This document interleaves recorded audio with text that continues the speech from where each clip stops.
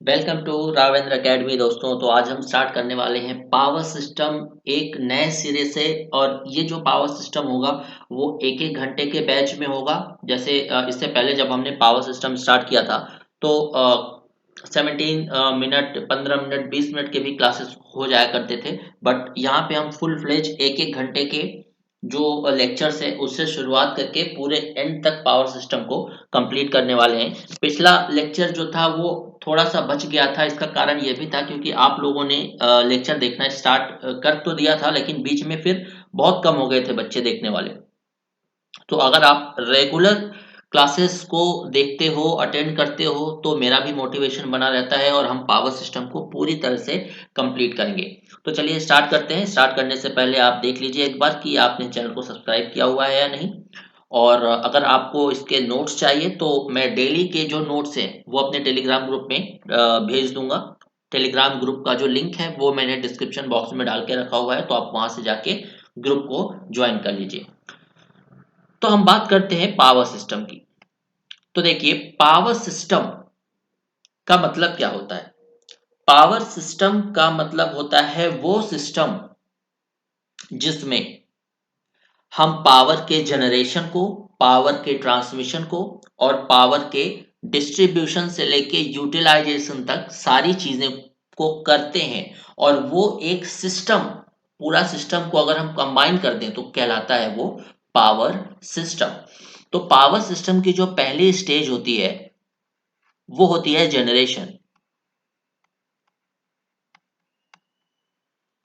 Right. अब इस generated power को हमें कहाँ ट्रांसफर करना है, कंज्यूमर एंड पे, ताकि जो पावर जनरेट किया है हमने कंज्यूमर उसे कंज्यूम कर पाए। बट ये जरूरी नहीं होता और ये बहुत रेयर होता है कि जनरेशन के बिल्कुल पास में ही आपका जो कंज्यूमर है वो रहता हो।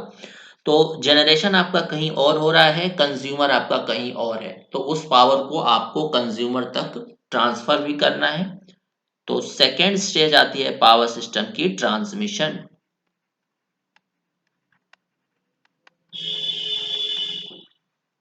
अब ट्रांसमिट तो कर दिया हमने अपने शहर में, बट उसे हर घर तक भी पहुंचाना है, तो उसे बोलते हैं डिस्ट्रीब्यूशन। पावर को जगह जगह डिस्ट्रीब्यूट करना है। कोई फैक्ट्री चला रहा है, कोई कॉमर्शियल हॉस्टल चला रहा है, कोई घर घर घर पे अपने सप्लाई ले रहा है, तो उस पावर को हमें जगह जगह डिस्ट्रीब्यूट भी करना है। उस प्रोसेस को बोला जाता है डिस्ट्रीब्यूशन, राइट। तो ये तीन मेन स्टेजेस होती हैं किसी भी पावर सिस्टम की, और हमें इन तीनों को बहुत डिटेल में पढ़ना है। चौथी चीज हम पढ़ेंगे power system protection.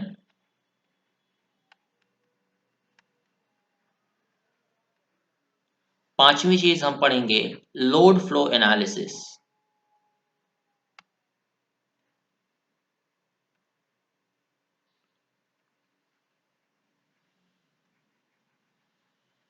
Load flow analysis. तो जो भी छोटी मोटी चीजें आप सोच रहे हो कि मैंने नहीं लिखी है, वो इन्हीं पांच टॉपिक में से किसी के अंदर हम कवर कर लेंगे। बट जो सिलेबस है आपका पूरा A to Z हम कवर करने वाले हैं।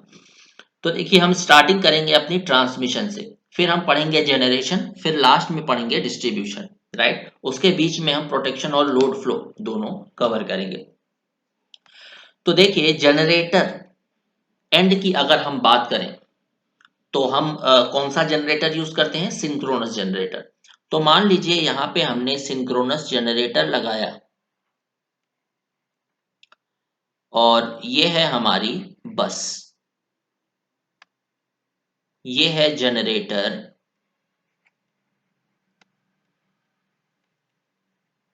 जनरेटर से जो पावर सप्लाई है हमने किसको दे दिया, बस को। बस कैसी रहती है वो आप देख सकते हो गूगल पे सर्च करके। इस तरह की कुछ पट्टी टाइप का स्ट्रक्चर होता है बस का। बस मतलब जिससे बहुत सारी ट्रांसमिशन लाइन कनेक्टेड होती है। तो ये कुछ इस तरह का स्ट्रक्चर होता है बस का। यहाँ पे बोल्ट से हम टाइट कर देते हैं ट्रांसमिशन लाइन को। तो जनरेटर ने मान लीजिए 11 केवी का पावर जनरेट किया, 11 केवी का वोल्टेज जनरेट किया। तो अब हमने इसको सप्लाई दे दिया किसे, स्टेप अप ट्रांसफार्मर को। मैं स्टेजेस आपको बता रहा हूं, ये है step up transformer. Step up transformer से हमने कनेक्ट किया है एक ट्रांसमिशन लाइन। ट्रांसमिशन लाइन से हम पावर को पहुंचा रहे हैं लोड एंड तक। अब लोड एंड पे लगा हुआ है एक स्टेप डाउन ट्रांसफार्मर, और उसके बाद हमने कनेक्ट किया है हमारा लोड। तो ये है स्टेप अप ट्रांसफार्मर, ये है स्टेप डाउन ट्रांसफार्मर, ये है बस, या इसे पहली बस मान सकते हो, इसे दूसरी बस मान सकते हो। जो स्टेप अप ट्रांसफार्मर है उसे पावर ट्रांसफार्मर भी बोलते हैं, जो स्टेप डाउन ट्रांसफार्मर है उसे डिस्ट्रीब्यूशन ट्रांसफार्मर भी बोला जाता है, राइट। तो अब ये तो आप सभी को पता होगा कि वोल्टेज हमारा 11 केवी है।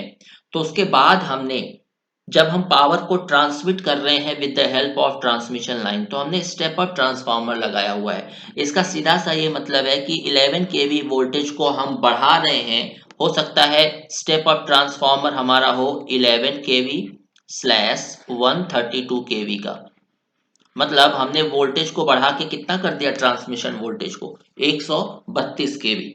तो मतलब हमने वोल्टेज को बढ़ा दिया जब हम ट्रांसमिट कर रहे थे। मतलब ये जो डिस्ट्रीब्यूशन ट्रांसफार्मर का प्राइमरी है वो 132 केवी का है। इसमें प्राइमरी और सेकेंडरी डिस्ट्रीब्यूशन भी होता है, बट मैंने इसको एक ही डिस्ट्रीब्यूशन में मतलब कंज्यूम करके दिखाया हुआ है। जब हम डिस्ट्रीब्यूशन वाला टॉपिक पढ़ेंगे तो वहां पे मैं आपको बताऊंगा कि प्राइमरी डिस्ट्रीब्यूशन और सेकेंडरी डिस्ट्रीब्यूशन कैसे किया जाता है। तो हमने यहाँ पे इस 132 केवी वोल्टेज को कम कर दिया, कितना, 440, राइट। और इसके बाद अगर आपको यूज करना है अपने घरों तक तो 440 से और आप स्टेप डाउन कर सकते हो 230 तक। तो ये हमने क्यों किया, हमने 11 केवी को सबसे पहले 132 केवी पे कन्वर्ट किया with the help of step up transformer. फिर इसे स्टेप डाउन ट्रांसफार्मर से फिर से कम कर दिया 440 या 230 पे, ताकि हम इसे यूज कर सकें। ऐसा हमने इसलिए किया कि पावर तो देखिए हमेशा कांस्टेंट होता है, पावर हमेशा क्या होता है, कांस्टेंट। जैसे ट्रांसफार्मर की ही बात ले लीजिए, तो ट्रांसफार्मर में मैं आपको पढ़ाऊंगा कि transformer is a constant power machine. Transformer एक कांस्टेंट पावर मशीन है। इसका मतलब क्या है कि ट्रांसफार्मर के प्राइमरी साइड या सेकेंडरी साइड जो पावर है वो ऑलमोस्ट कांस्टेंट होती है, राइट, पावर बदलती नहीं है। तो पावर क्या होता है, वी आई। पावर होता है, अगर सीधे सीधे हम देखें तो ये होता है वी आई, और इनका प्रोडक्ट क्या है, कांस्टेंट। तो अगर हमने वोल्टेज को बढ़ा दिया 11 केवी से कितना कर दिया, 132 केवी, तो वोल्टेज को हमने बढ़ाया तो करंट अपने आप बढ़ गई, घट गई। और करंट अपने आप घट गई तो पावर लॉस क्या होता है, पावर लॉस होता है आई स्क्वायर आर। तो अगर करंट घट गई तो पावर लॉस अपने आप कम हो जाएगा। तो पावर लॉस कम होने की वजह से ट्रांसमिशन एफिशिएंसी या ट्रांसमिशन लाइन की जो एफिशिएंसी है वो बढ़ जाती है। इसीलिए हमेशा हम पावर को स्टेप अप करके इंक्रीज करते हैं, स्टेप अप करके ट्रांसमिट करते हैं। ये इसका एक रीजन है। इसके दो तीन रीजन और हैं जिसको हम आगे डिस्कस करेंगे। तो ये एक बेसिक आइडिया मैंने आपको बताया कि हम पावर सिस्टम में क्या पढ़ने वाले हैं और पावर सिस्टम का बेसिक डायग्राम क्या क्या होता है। तो चलिए अब हम चलते हैं ट्रांसमिशन लाइन पे। हम सबसे पहले कवर करेंगे अपना पहला टॉपिक, ट्रांसमिशन। ट्रांसमिशन, तो हेडिंग डाल लीजिएगा ट्रांसमिशन लाइंस।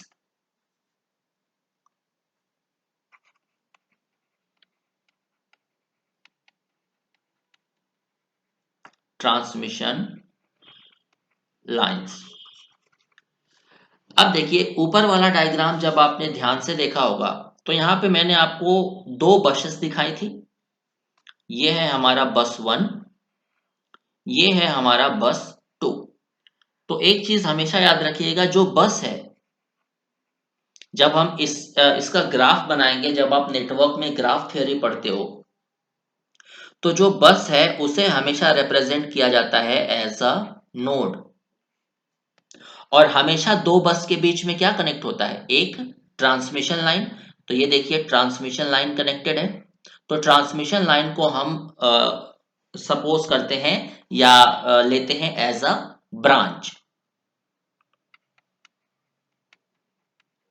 ट्रांसमिशन लाइन को हम एज अ लेते हैं ब्रांच, क्योंकि आप देखिए अगर आप ग्राफ बनाते हो, तीन नोड है मान लीजिए आपके पास, ए बी सी। तो ए और बी अगर हमारी बसेस हैं तो ये देखिए बसेस के बीच में ही क्या कनेक्ट होती है, ट्रांसमिशन लाइन। तो ट्रांसमिशन लाइन को हम ले लेते हैं एज अ ब्रांच। ये बहुत छोटे छोटे क्वेश्चंस हैं जो एमसीक्यूज में आपसे पूछ लिए जाते हैं बहुत बार। तो सबसे पहला क्वेश्चन है कि ट्रांसमिशन लाइन अगर आप बना रहे हो तो किस मटेरियल का यूज करोगे। तो हम सभी जानते हैं copper is a good conductor of electricity, than aluminium. But फिर भी हम एल्यूमिनियम का यूज करते हैं।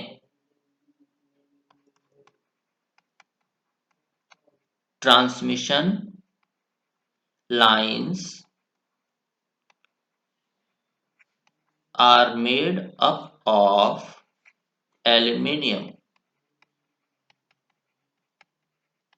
बट कॉपर का जो कंडक्टिविटी होता है वो तो अच्छा होता है एल्यूमिनियम से। Copper is a good conductor as compare to aluminium. तो क्यों हम एल्यूमिनियम यूज कर रहे हैं, why not copper.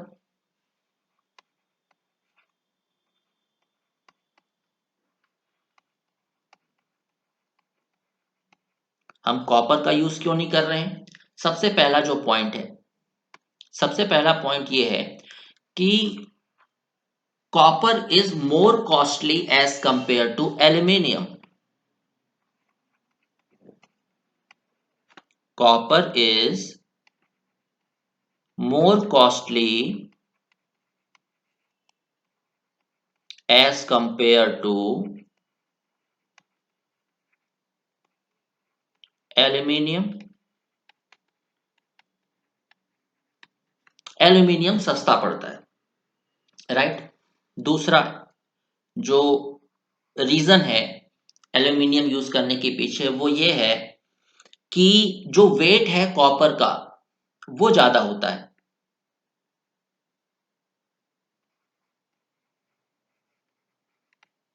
Weight of copper is more as compared to aluminium, right.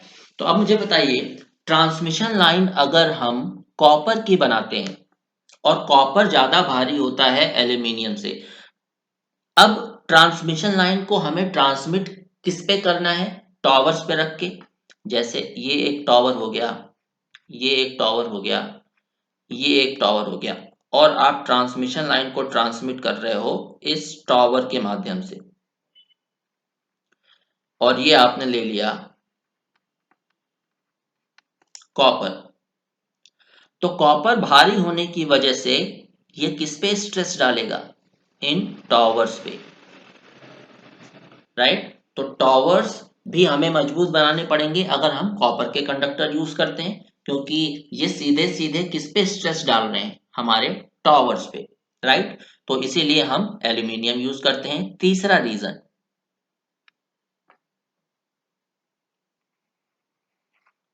तीसरा रीजन देखिएगा क्या है। रेजिस्टिविटी एल्यूमिनियम की ज्यादा होती है as compare to copper. Resistivity अगर हम रिप्रेजेंट करते हैं रो से,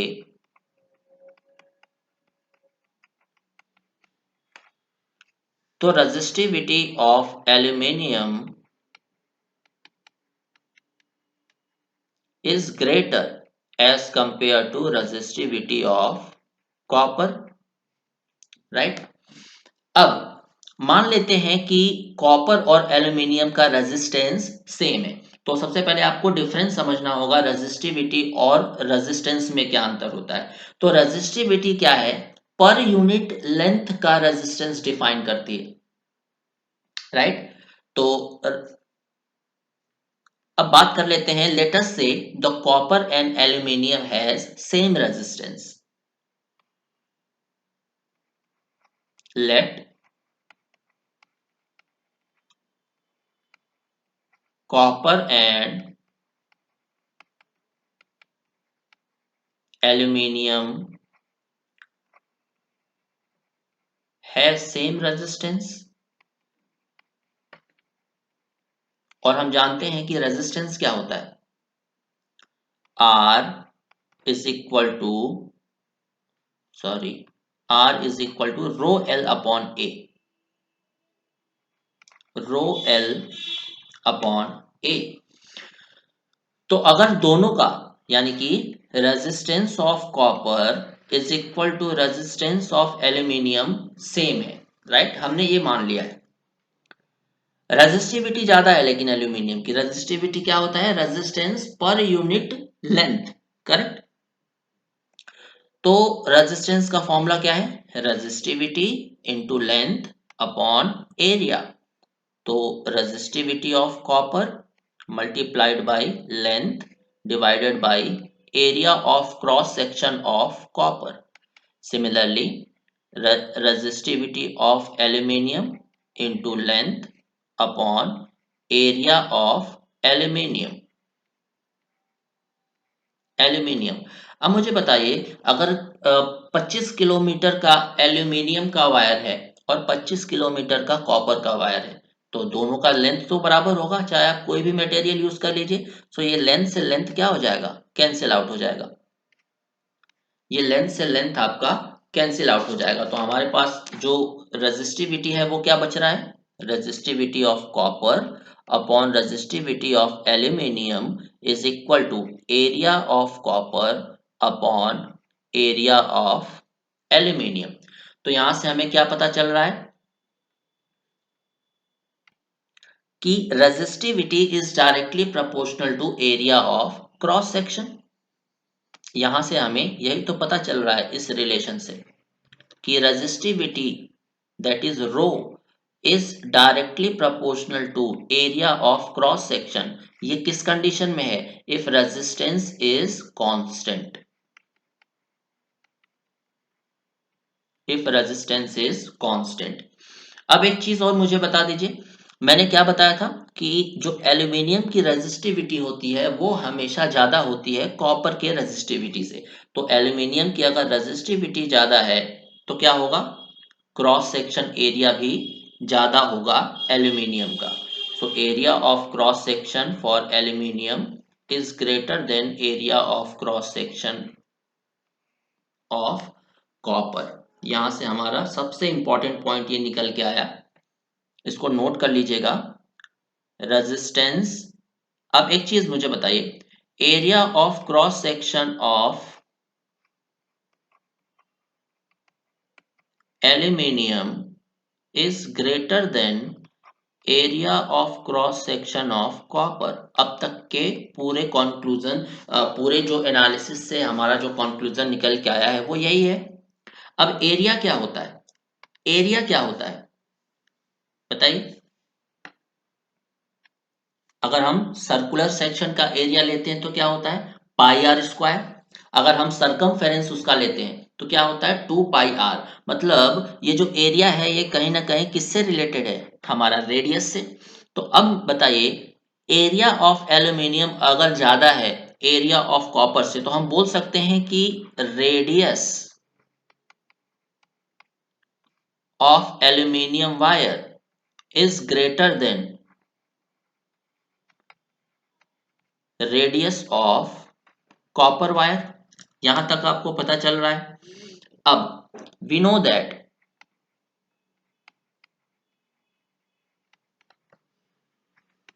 हमने एक फॉर्मूला पढ़ा है ईएमटी में, कि इलेक्ट्रिक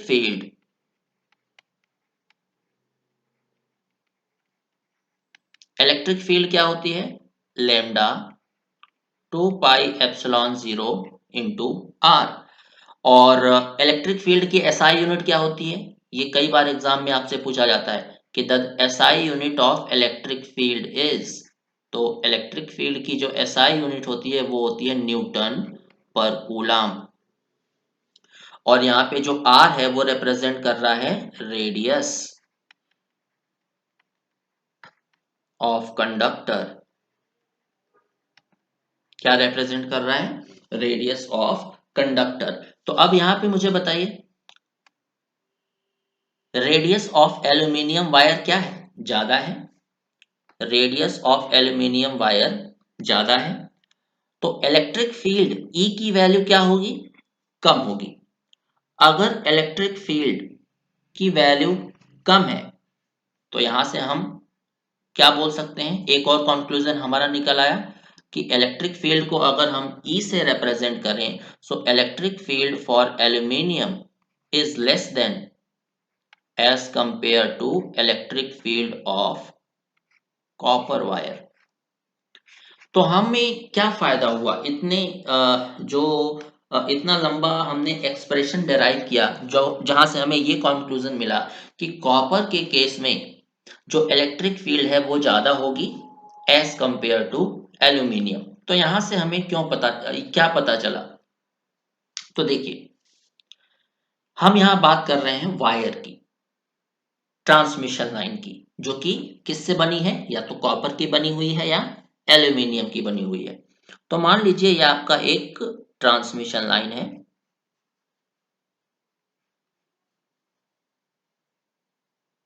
ये एक ट्रांसमिशन लाइन है। ट्रांसमिशन लाइन आपने देखा होगा कि ये एयर से सराउंडेड होती है।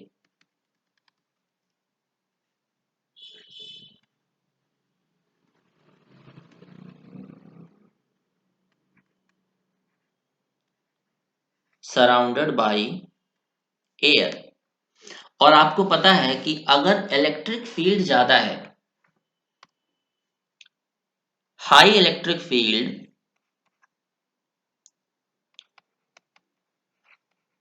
High electric field can ionise air, right. Ionise air का मतलब क्या होता है, आयोनाइज एयर का मतलब होता है एयर कैन कंडक्ट इलेक्ट्रिसिटी।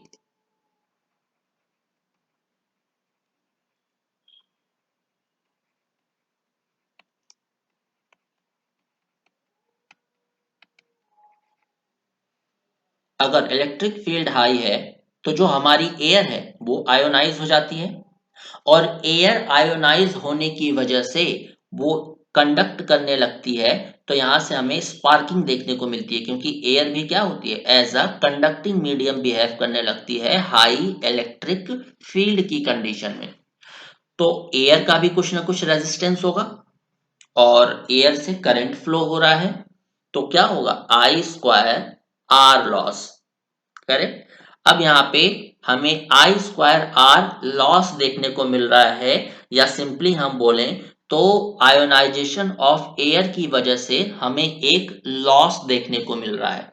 इस लॉस को बोला जाता है corona loss. This loss is called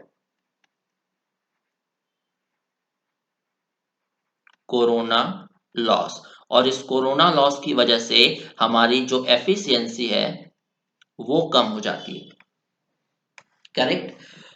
तो स्टार्टिंग से अगर हम देखें तो हमारा जो क्वेश्चन था कि हम क्यों एल्यूमिनियम यूज करते हैं कॉपर की जगह, जबकि कॉपर की जो कंडक्टिविटी है वो होती है वो अच्छी होती है एज कंपेयर टू एल्यूमिनियम। तो हमारा लास्ट में जाके आंसर क्या निकला कि अगर हम कॉपर यूज करते हैं एल्यूमिनियम की जगह तो ट्रांसमिशन लाइन की एफिशिएंसी कम हो जाएगी, क्योंकि कोरोना बढ़ जाता है कॉपर के केस में, राइट। तो ये पता चल गया कि क्यों हम एल्यूमिनियम को प्रेफर करते हैं एज कंपेयर टू कॉपर। चलिए, तो नेक्स्ट हेडिंग डालिएगा, रेटिंग ऑफ ट्रांसमिशन लाइन। तो नेक्स्ट क्वेश्चन आपसे ये पूछा जा सकता है कि ट्रांसमिशन लाइन के केस में कितनी रेटिंग्स डिफाइन होती हैं। तो हमेशा याद रखिएगा, नॉर्मल केस में अगर हम बात करें तो ट्रांसमिशन लाइन की दो रेटिंग्स डिफाइन होती हैं। पहला होता है एपरेंट पावर,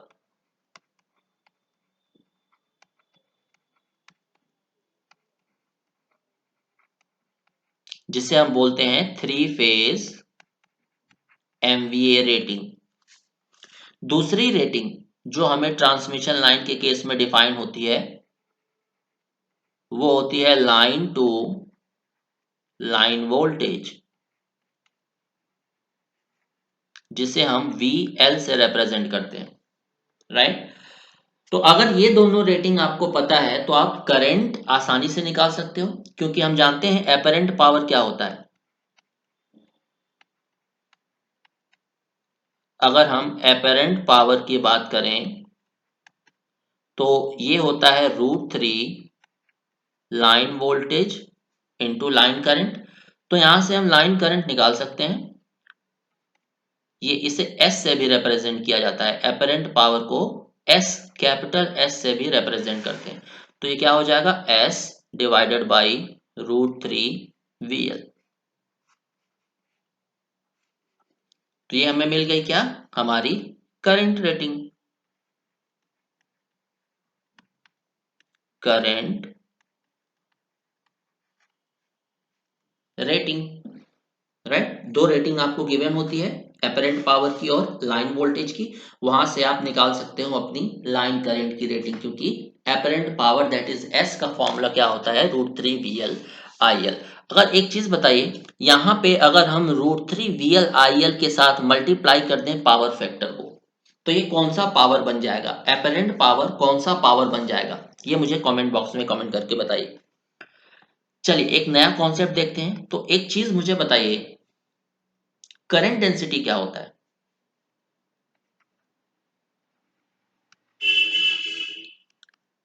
करंट डेंसिटी क्या होता है। तो करंट डेंसिटी को हम रिप्रेजेंट करते हैं J से, और ये होता है current per unit area. Current that is I per unit area that is A। यानी यहां से हम इसे लिख सकते हैं I is equal to J into A। मतलब करंट डेंसिटी हमारी कांस्टेंट है अगर, if current density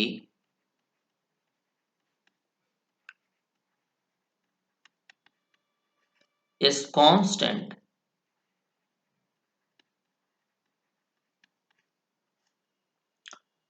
J की वैल्यू अगर हमने कांस्टेंट रख दिया तो क्या हो जाएगा, current is directly proportional to cross section area of conductor.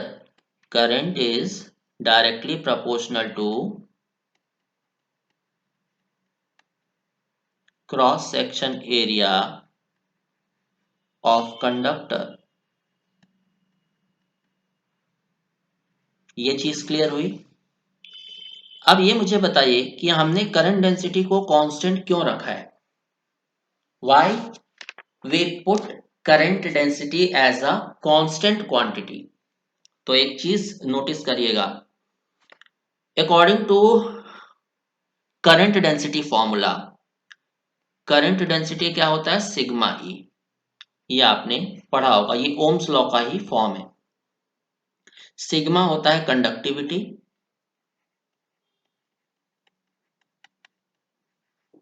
ई होता है इलेक्ट्रिक फील्ड।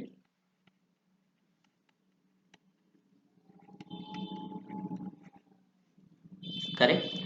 तो अब एक चीज मुझे बताइए, जे की वैल्यू तो हम घटा तो सकते नहीं है, नहीं तो हमारी करंट की वैल्यू कम हो जाएगी अगर हम करंट डेंसिटी को घटा देते हैं। तो करंट डेंसिटी को अगर हमने बढ़ा दिया तो क्या होगा, अगर जे की वैल्यू को बढ़ा दिया हमने, मान लीजिए कॉपर का केस है, कॉपर का वायर है और उसकी करंट डेंसिटी यानी कि जे की वैल्यू को आपने बढ़ा दिया, तो जो कॉपर का वायर आप खरीद के लाए हो उसकी कंडक्टिविटी तो कांस्टेंट होगी ना,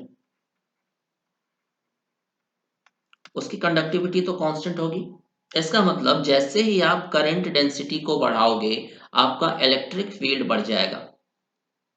आपका इलेक्ट्रिक फील्ड बढ़ जाएगा तो वायर के आसपास की एयर क्या हो जाएगी, आयोनाइज हो जाएगी और वो कंडक्ट करने लग जाएगी, यानी कि एयर में स्पार्किंग होने लग जाएगी, जो कि रिजल्ट हमें क्या देगी, कोरोना लॉस, जैसा कि हमने ऊपर देखा था। इसीलिए हमेशा करंट डेंसिटी जे को हम रखते हैं कांस्टेंट, राइट।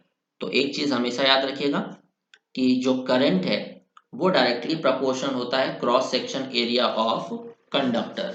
तो ऐसा क्वेश्चन कई बार आपसे पूछा जा सकता है कि जो क्रॉस सेक्शन एरिया है कंडक्टर का, वो किस बेसिस पे आप डिसाइड करते हो कि जो वायर है, जो तार है हमारा, वो मोटा बनेगा या पतला बनेगा। ये किस बेसिस पे डिसाइड होता है, वोल्टेज के बेसिस पे या करंट के बेसिस पे। तो क्रॉस सेक्शन एरिया हमेशा करंट के बेसिस पे डिसाइड किया जाता है, करेक्ट। तो नोट लिखिएगा एक,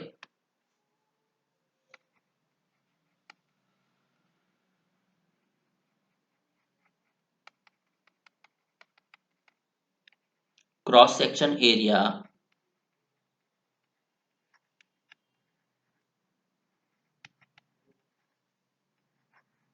of any conductor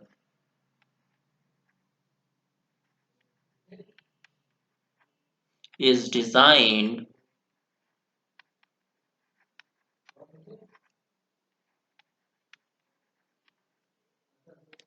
on the basis of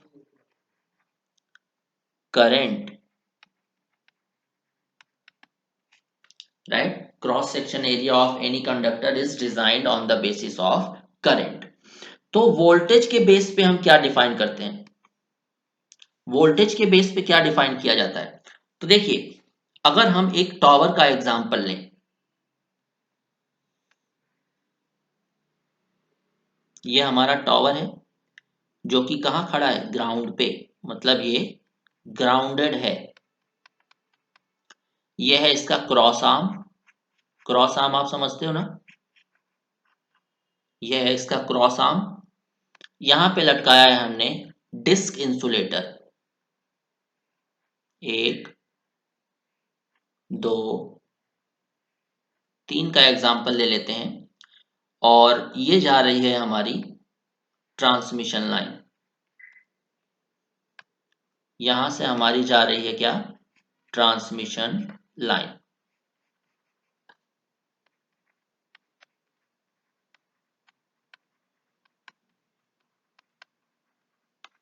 transmission line. ये है हमारा ग्राउंड, ये है हमारा टावर, ये है क्रॉस आर्म,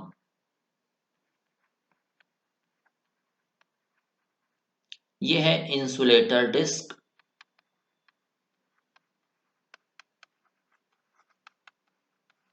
राइट। अब एक चीज मुझे बताइए कि कंडक्टर से ग्राउंड के बीच का जो वोल्टेज है उसे क्या बोला जाता है, आप बता सकते हो। ये हमारा कंडक्टर है, ट्रांसमिशन लाइन है, तो इसे हम कंडक्टर बोल सकते हैं। अब कंडक्टर से ग्राउंड के बीच का वोल्टेज हमेशा होता है क्या, फेज वोल्टेज।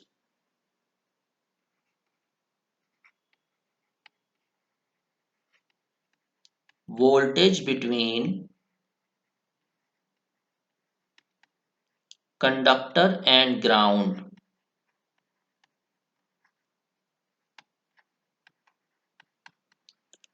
is called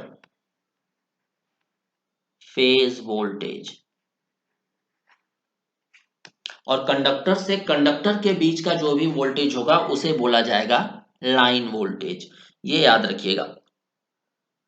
अब ये जो टावर है इसका भी कुछ ना कुछ इंसुलेशन होगा, राइट। तो मान लेते हैं टॉवर का रेजिस्टेंस है आर टॉवर, और ये जो इंसुलेशन डिस्क हमने लगाई है इसका रेजिस्टेंस है आर इंसुलेशन, राइट। तो इसका सर्किट अगर आपसे बोला जाए तो आप बना सकते हो, can we draw the circuit on the basis of that diagram? Yes. हमारा वोल्टेज कितना है कंडक्टर से ग्राउंड का? Phase voltage,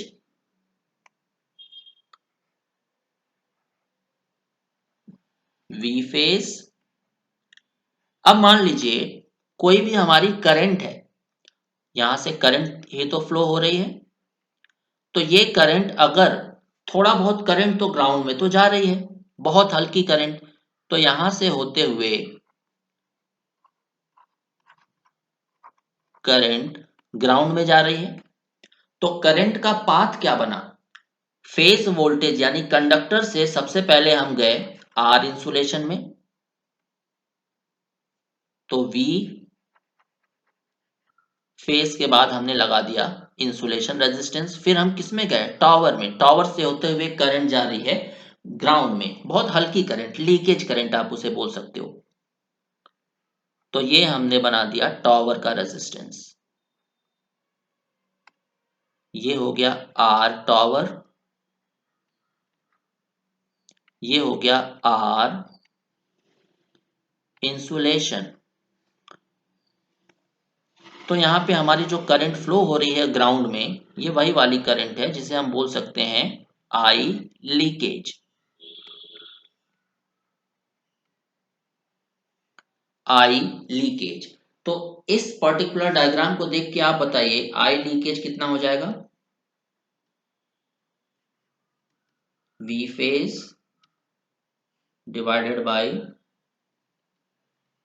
are insulation plus R tower, correct. अब आप मुझे ये बताइए कि जो लीकेज करंट है वो डिजायरेबल है या अनडिजायरेबल है? तो डेफिनेटली जो लीकेज करंट है वो अनडिजायरेबल है, हमें नहीं चाहिए, क्योंकि हमारी करंट की पाथ है, ओरिजिनल पाथ ये वाला है।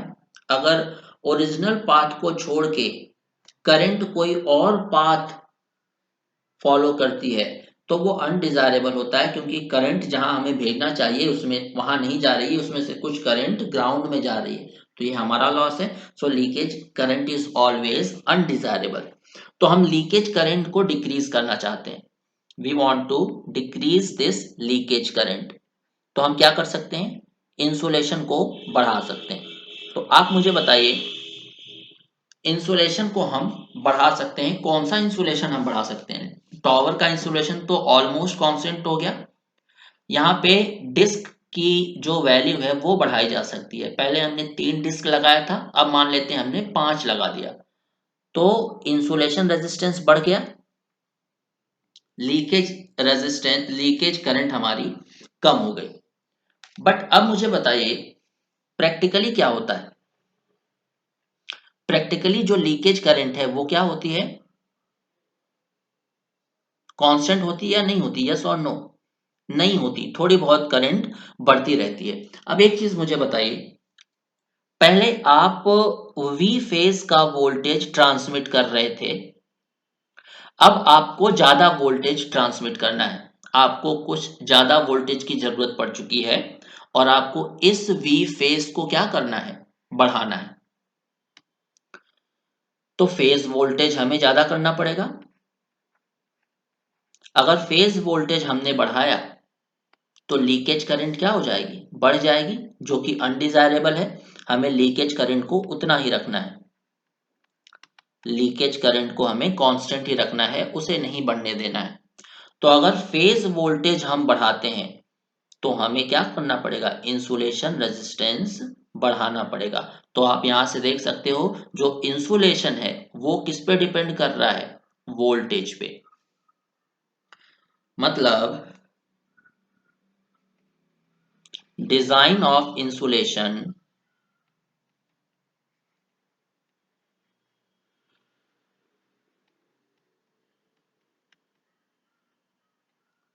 डिपेंड्स ऑन वोल्टेज रेटिंग,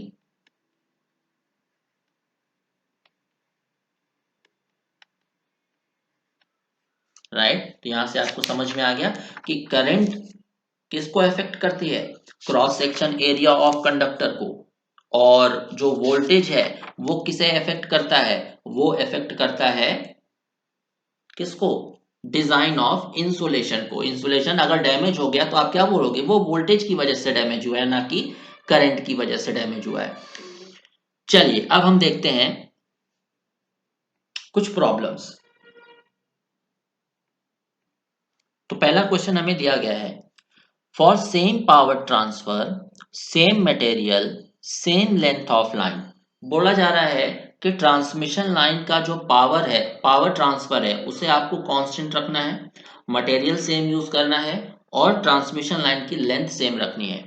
अब आगे बोला जा रहा है कि if the transmission line voltage increased by n times, अगर आप ट्रांसमिशन लाइन के वोल्टेज को n टाइम्स इंक्रीज कर देते हो तो area of cross section of transmission line कितना होगा।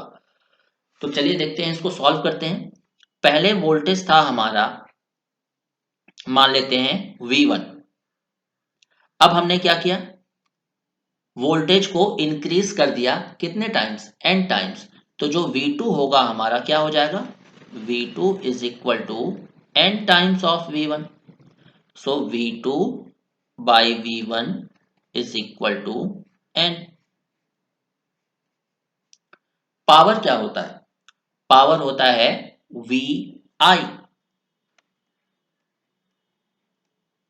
पावर का फॉर्मूला क्या होता है, नॉर्मली VI cos फाई होता है, बट cos फाई हम क्या मान लेते हैं यहाँ पे, यूनिटी, उसके बारे में कुछ मेंशन नहीं है। सो पावर हमारा क्या दिया गया है, power transfer is constant, power transfer constant है। तो इसे अगर हम रेशियो के फॉर्म में लिखें, सो V1I1 is equal to V2I2। तो V2 by V1 is equal to I1 by I2। तो V2 by V1 from equation first क्या है, n। So I1 by I2 is equal to क्या हो जाएगा, n। और इससे पहले इसको ले लेते हैं इक्वेशन नंबर सेकंड। आज के लेक्चर में मैंने आपको क्या पढ़ाया है कि जो करंट है वो डायरेक्टली प्रोपोर्शनल होती है किसके, cross section area of conductor के। Current is directly proportional to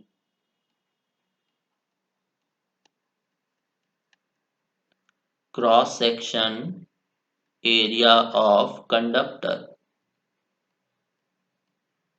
मतलब I1 upon I2 is equal to A1 upon A2।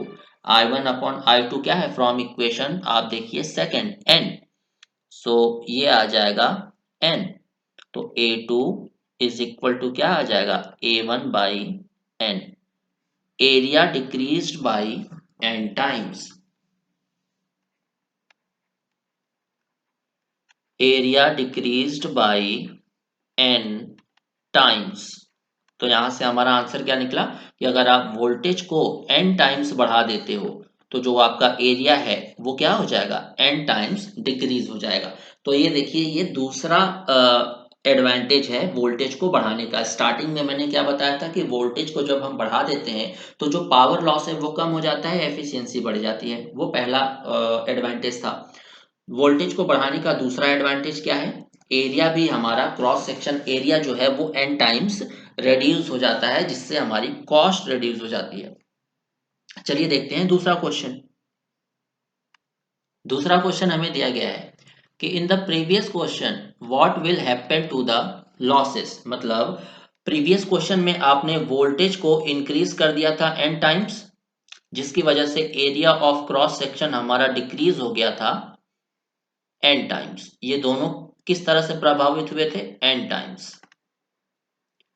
तो दूसरा क्वेश्चन बोला जा रहा है कि उसी क्वेश्चन में लॉसेस कितना बढ़ जाएंगे, according to n times increase हो जाएंगे या n टाइम्स डिक्रीज हो जाएंगे। तो देखिए लॉसेस क्या होता है, इसको अगर हम PL से रिप्रेजेंट कर दें तो ये होता है I स्क्वायर R। इसी को रेशियो के फॉर्म में लिख लीजिए, PL1 upon PL2 I1 by I2 का square into R1 by R2।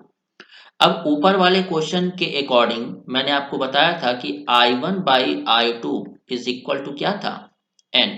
तो यहाँ पे पुट कर दीजिए वो value, I1 by I2 is equal to n, तो n का square multiplied by R2 by R1। अब देखिए R इज इक्वल टू क्या होता है रो L upon A, resistivity constant होती है, लेंथ हमारी क्या है सेम लेंथ यानी कि लेंथ कांस्टेंट, तो R is inversely proportional to क्या है यहाँ पे area. So R1 upon R2 is equal to A2 by A1। तो R1 बाई R2 की जगह हम क्या लिख सकते हैं A2 बाई A1। अब बताइए एरिया क्या था हमारा, एरिया 1 n टाइम्स डिक्रीज हो चुका था, यानी कि A2 is equal to A1 by n, यही था हमारा आंसर लास्ट वाला, area decreased by n times. तो A2 बाई A1 क्या हो जाएगा यहाँ से 1 बाई n, यहाँ पे रख देते हैं n square into 1 by n, ये n टाइम्स चला गया एक बचा। So power loss in second case is equal to power loss in first case divided by n। मतलब पावर लॉस भी हमारा रिड्यूस हो गया n टाइम्स।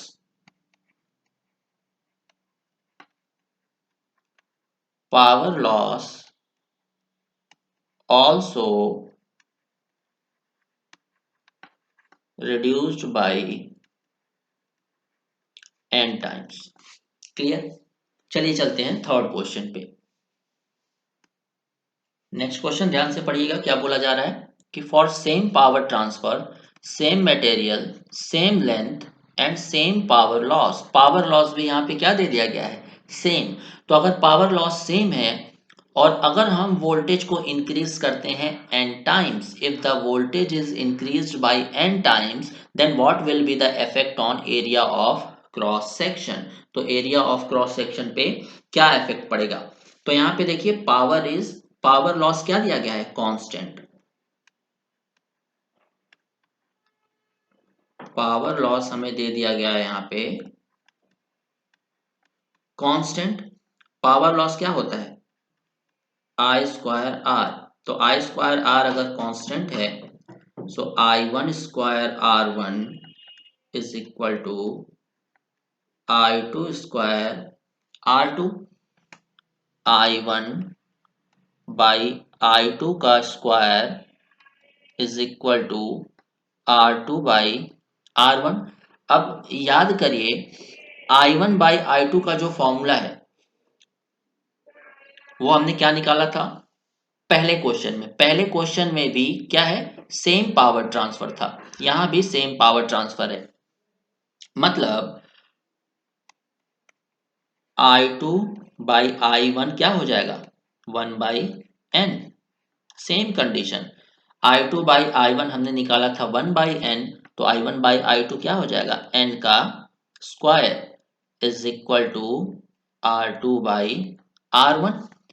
अब resistance is inversely proportional to cross section area, so R2 by R1 अगर हम निकालें तो ये हो जाएगा A1 बाई A2, इसको फर्स्ट मान लीजिए इसको सेकंड मान लीजिए, तो यहां से n स्क्वायर कितना हो जाएगा R2 by R1 is equal to A1 by A2, तो यहां से A2 कितना हो जाएगा A1 बाई n स्क्वायर।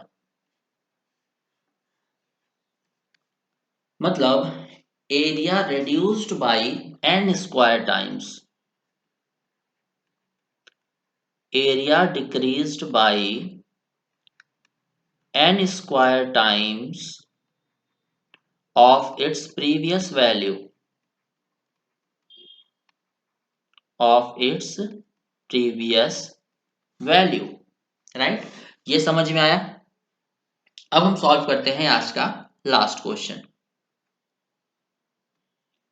तो आज का लास्ट क्वेश्चन हमें दिया गया है for same power transfer, power transfer same है, same material, same length, same per unit voltage drop. Per unit voltage drop भी यहाँ पे क्या बोला जा रहा है, सेम है।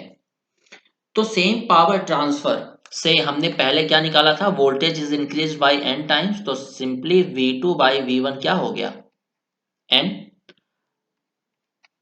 I2 बाई I1 हमें मिल गया 1 by n for same power transfer, ये हम निकाल चुके हैं। पर यूनिट वोल्टेज ड्रॉप सेम है, तो सबसे पहले हम देख लेते हैं वोल्टेज ड्रॉप कितना होता है। वोल्टेज ड्रॉप होता है I इंटू जेड, बट अगर हम x को नेग्लेक्ट कर दें तो सिंपली वोल्टेज ड्रॉप को क्या लिखा जा सकता है, I इंटू आर। बट यहाँ पे पर यूनिट वोल्टेज ड्रॉप बोला जा रहा है। ये जो आई आर है इसकी यूनिट क्या होगी, इसकी यूनिट होगी वोल्ट। तो अगर हम इसे वोल्ट से डिवाइड कर दें तो ये हो जाएगा पर यूनिट वोल्टेज ड्रॉप, क्योंकि पर यूनिट की कोई भी वैल्यू नहीं होती, कोई भी यूनिट नहीं होती, तो एक्चुअल वैल्यू को बेस वैल्यू से डिवाइड कर दें। आई आर है हमारी एक्चुअल वैल्यू, उसको किसी भी बेस वैल्यू वी से डिवाइड कर दें तो ये बन जाएगा पर यूनिट वोल्टेज ड्रॉप, और ये क्या है हमारा कांस्टेंट। मतलब I one R one upon V one is equal to I two R two upon V two. So I one upon I two is equal to R2 by R1 multiplied by V1 by V2। तो दो चीजें तो हमारे पास पहले से हैं, V2 by V1 is equal to N, I2 by I1 is equal to 1 by N। तो I1 by I2 हो जाएगा N R2 by R1 into V1 by V2 हो जाएगा 1 by N, क्योंकि V2 by V1 है N। Resistance is inversely proportional to cross section area, तो n को उधर ले जाइए, ये हो जाएगा n square R2 by R1, inversely proportional है एरिया के, तो A1 बाई A2।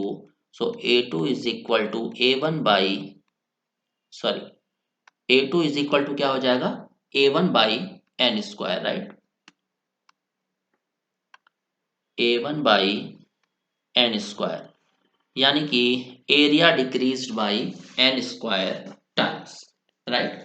तो कल एक नया टॉपिक स्टार्ट करेंगे, चलिए मिलते हैं हम अपने नेक्स्ट लेक्चर में।